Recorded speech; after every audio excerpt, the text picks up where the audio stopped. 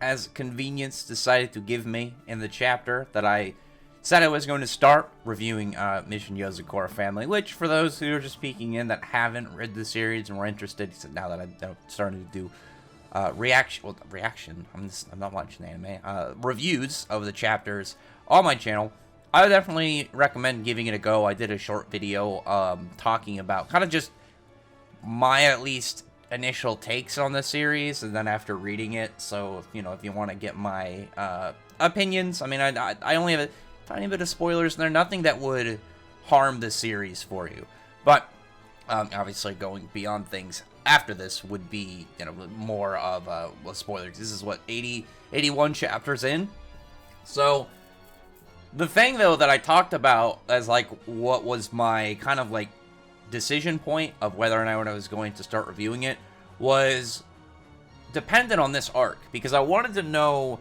if the series was going to set itself up in a way to be a longer running series. I mentioned in my video, just kind of talking about initially, that I wasn't sure when I first started reading it if it was a gag series or not, and I don't mean like a super joke series, but I meant like it was more comedic and more kind of silly.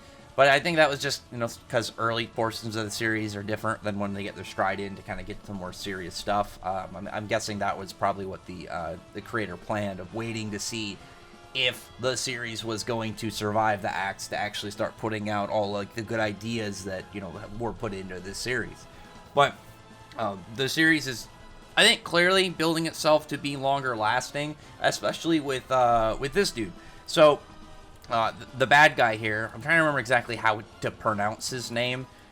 He's starting to become more frequent in the series, which makes me happy because it means I'm going to be seeing him more and enough that I am going to actually, like, one, remember his name more, and then obviously two, pay more attention to him. So he'll be branded into my head. Usually, like, when it comes to characters, if they don't have like this really big first appearance, you know, or something kind of like more down the things that I like, it's hard for me to remember their name. Then it's not like it would really depend if it was like a really complicated name, but more of just like, you know, when a character just appears and you're not sure whether or not they're gonna be a character you like or be like really important. It's just like this subconscious like question of like, is this a character that I should remember, versus like some of the characters that you get some random side character who never shows up again after seemingly you're like, oh, this is cool, and then just never see him again, or they're so minuscule in the series. It's like, why did I even get attached to this character? But this guy, Kawashita, I wish his name though was you know, a little bit like shorter, or just maybe sound a little cooler. It's a pretty plain name. I don't think there was anything really that kind of crazy about it, but I think he's interesting, and him and his backstory was really good. I thought his backstory was really cool, as well as how they integrated the fact, you know, his whole part about he was actually really old because he was around during you know, previous, was it World War II, somewhere around there, you know, like the 1940s and stuff. So that part was really cool. I liked how they integrated, like, essentially him getting betrayed by the military because they want to trade you know, the first head of the Yozakura family away, so they can you know, all these higher ups can avoid war crimes. I thought that was really cool that they were able to integrate that into the story in general, just because it's like, the thing about it, you know, war is a very aggressive subject, and you know, there's actually a line that I've always really liked from Bleach, where it's like, when two sides enter a war, it's like neither side is good or bad, and I've always really liked that line. I think it was from Kiraku, and it's just like, obviously, yeah, because then it comes down to kind of like what side you're on, the perspectives, and it's usually who won that's able to dictate history over which person was right or which person was wrong. And it's a touchy subject, but I like that the mangaka was able to take the, you know, the whole aspect of when they lost the war, and then, you know, oh yeah, we're trading over this, you know, big person so we can avoid war crimes, or well, not like them overall, but like I said, like higher ups, like big people in their military and in their government and stuff, because it's like you're just taking this event and you're able to kind of like give it its own spin in you know, in this specific story. It would be like if they were able to just take maybe like just like some really big, was it the Like, if you made somehow the start of, say, like, of some big historical event. I was gonna pick one, but it's like, I'll just say whatever, but it's like if you took one, tweaked the events that caused it, or some major event in it. It's kind of like, how in Godzilla, how there was the whole stuff of, like, they weren't testing, these nuclear weapons on the ocean. They were trying to kill something, that being Godzilla. I don't know how, like, where that initially started. I was just remembering the lines from the recent movies. But you know what I mean, where it's just like they kind of like take something and are able to use a real world history event, or just a real world event in general, and integrate that into their story to give it its own kind of charm and spice into things. I thought that was really cool. And on top of that, the dude Kawashita, he gets like his blood on Taiyo, and he explains what's happening, because like Taiyo is like, it's like he's in horrible pain, but it's like because Kawashita has more, like, much older Yozakura blood, it's thicker, that it doesn't blend well with what Taiyo's at. I thought that was really cool, because in this chapter, the way that they're both kind of like, the way that he's like established and kind of like explained, and I think it's not as like outright stated, but I think it's just what at least I have taken from this is he's like the main antagonist, not for like the idea of the series, but like the main idea for Taiyo, because you have the first head, who's clearly not a good person, teaming up with this crazy scientist dude, and he wants to make eventually so like people, like the Yozakura people, like her specifically, are normal. These people with like powers and abilities, but he's like a bad version of how kind of Taiyo is, where theirs is built on more like a nefarious bond, where Taiyo and Musumi is built more on an actual relationship. But beyond that, you have these two people modified by the Yozakura family, and who are both influenced, and their lives were kind of intertwined with them, but they're both going to be heading in opposite directions. Because in this chapter, like, there's some stuff like, putting in his head the idea that he's just being kind of like messed around with by the Yozakura family, and you see like a part where like you see the silhouettes of like the main cast and stuff, and it's like almost if they're like actually bad guys in the way that it would kind of look, and they're all just kind of toying him like an object. We know that's not the case. That would be a really weird twist on the series if like all of them were actually bad and they were just manipulating Taiyo the whole time. I doubt that. I don't think that's the case at all.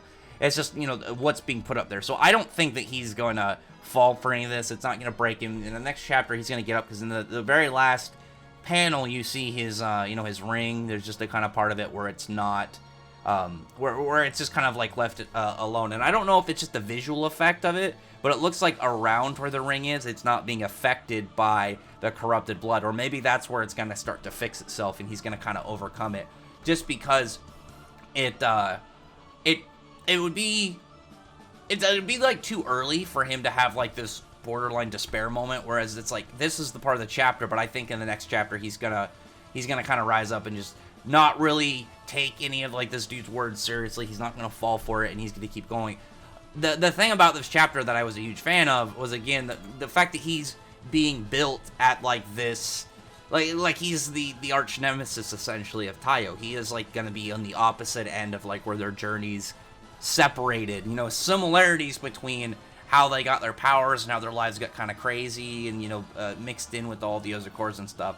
But whereas Kawashita starts heading to obviously down a darker, more kind of corrupted pathway, Taiyo is going the opposite direction and going towards more like a good path. He's gonna have the good ending instead of the bad ending where like this dude is gonna do kind of go.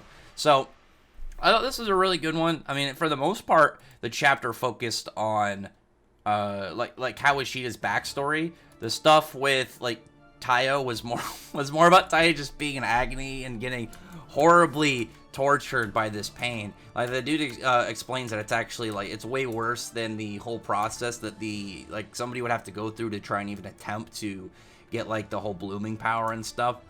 So yeah, I mean, like, yeah, this dude is interesting. When he first showed up, I didn't think he was that interesting at all. Like, he was kind of silly looking. Like, he's got this weird puffball dandelion hair. He doesn't have the appearance that he would be that intimidating. But it's more about how he kind of just talks and some of, like, the paneling with him. I really like the scene from a couple of chapters ago where he's, like, pretty much puts his head back on. But we'll see exactly where things go with him in the next couple chapters. There's no way that he's going to get defeated, like full defeated in this arc. Like, I can see him maybe having to make a tactical retreat. But, man, I'll be salty if, like, just the idea of him, like, kind of getting completed as a villain in this arc. I don't think so. Like, he's clearly got large-scale aspects tied now into his story and his role, so I would very much expect him to escape this and, you know, set up for the future. Maybe this will just be kind of like how Aizen was, where, you know, he, you know, became the main bad guy for a while, but when he had that, you know, bad guy reveal moment, there was a long period of time between his actual, like, center stage time versus that point. I'm guessing that's what's going to happen with this dude. Because it's like, if he can make more people, obviously he's going to have more bad guys with them. And then who knows, any other ones out there in the world. I personally don't see any of the other enemies really having the same level of like capability. And I don't mean capability as in like strength-wise or anything. I think capability as in like a main villain. The only other person is, you know, that first Yozakura family head. But I think that would be... It would make more sense to have them both kind of together as, like, the primary antagonist, rather than, like, something happened to him and, like, she becomes the main antagonist, you know? I would assume that he's going to be that, because he, like I said, is, like, he's essentially the opposing force of Taiyo. He's, like, again, the bad version. He's just like, hey, if you took down essentially every darker pathway and decision that was presented to you. So, we'll see how things go in the next couple chapters. This is the first time I'm going to be doing the review for it. I didn't want to go too much because I do want to reread the series at some point.